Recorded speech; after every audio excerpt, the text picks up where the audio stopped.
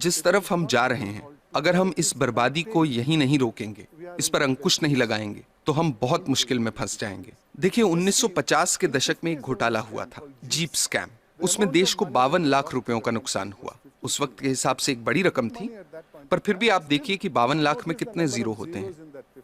और भी कई घोटाले थे, LIC में मुंद्रा घोटाला, भारत बैंक का डालमिया घोटाला, नगरवाला स्कैम सेंट्रल बैंक में। हर साल घोटाले होते थे। सोचने वाली बात यह भी है कि सब घोटाले तो बाहर भी नहीं आते हैं। 100 में से कोई 1 या 2 ही जनता के सामने आ पाते हैं। अब 2010 पे आते हैं। कॉमनवेल्थ गेम्स, 70,000 करोड़ का घोटाला। 2G scam, 1,76,000 crore.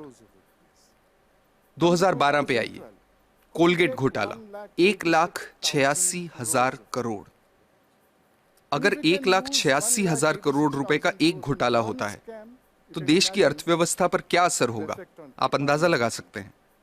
1987 में देश के प्रधानमंत्री ने क्या कहा था वो याद कीजिए। स्वर्गीय राजीव गांधी ने कहा था कि सरकार 1 रुपया गरीबों के लिए खर्चती है तो उसमें से सिर्फ 15 पैसे ही उन तक पहुंचते हैं। कुछ वक्त पहले कर्नाटक में हमने पढ़ा कि गरीबों को 1 रुपए किलो चावल देने की घोषणा हुई है, जिसके लिए सरकार एक मोटी रकम खर्च कर रही है। कुछ हफ्ते ही बीते थे कि अखबारों में ये रिपोर्ट्स आनी शुरू हो गईं कि जो पैसा गरीबों को 1 रुपए के हिसाब से चावल देने के लिए खर्चा जा रहा है, उससे जो चावल खरीदा जाता है वो या तो एकदम सड़ा हुआ होता है, या जहां अच्छे चावल की खरीद हुई है वहां उसे गोदामों से चुरा चुरा के प्राइवेट लोगों को दे दिया गया है। इस तरीके से पैसे की लूट हो रही है। कैसे बच पाएंगे हम? सर, इस तरह के घोटालों का, भ्रष्टाचार का आम लोगों की जिंदगी पर कैसे असर पड़ता है? आप अपने रोजमर्रा के खर्चों को देखिए। पिछले साल के मुकाबले इस साल कितनी महंगाई है, क्योंकि जो पैसा देश के विकास के लिए रखा गया है, जिसे देश की प्रगति के लिए इस्तेमाल में लाना चाहिए, वो पैसा 85% चुरा लिया जाता है। देश के प्रधानमंत्री ने कहा था, मैं नहीं कह रहा, मेरे अंदाजे से तो अगर 1988 में 1 रुपए में 15 पैसे ही सही जगह पर पहुंचते थे तो आज 5 रुपयों में से 15 पैसे पहुंचेंगे।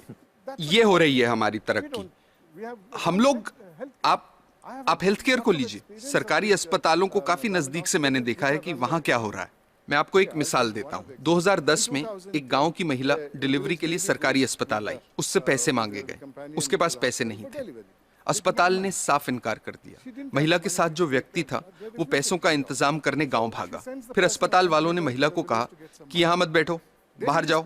वो बेचारी उस हालत में सड़क पार करके बाहर बस स्टॉप पर जाकर बैठ गई। जब तक पैसों का इंतजाम होता, बाहर उसी बस स्टॉप पर उसकी डिलीवरी हुई। ये किस तरह के समाज में जी रहे हैं हम? मुझे लगता है कि लालच तो एक बात है, लेकिन लालची होने के साथ साथ हम अपनी इंसानियत भी पूरी तरह से खो रहे हैं। हम इंसान से शैतान बन रहे हैं। हमें इस बात से कोई फर्क नहीं पड़ रहा कि दूसरे लोगों के साथ क्या हो रहा है। हर जगह, हर डिपार्टमेंट का यही हाल है। कुछ ईमानदार लोग भी हैं।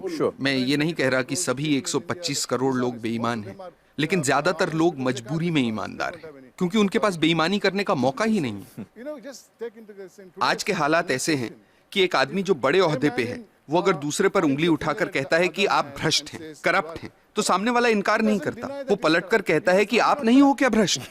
That's so true. That is so true. ऐसी सोच बन चुकी है। यहाँ जो नौजवान मौजूद हैं उनसे मैं कुछ कहना चाहता हूँ। Sure, please. मेरी पीढ़ी के लोग अब हालात नहीं बदल पाएंगे। अब सिर्फ आप ही हालात बदल सकते हैं। और आपके लिए अच्छी बात यह है कि लालच सब सरहदें पार कर चुका है, सिर के ऊपर निकल गया है। अब और ऊपर जाने की जगह ही नहीं बची। आपके पास मौका है उसे नीचे लाने का। ये काम आपको जरूर करना है, मेरी खातिर नहीं, अपनी खातिर, अपने बच्चों की खातिर।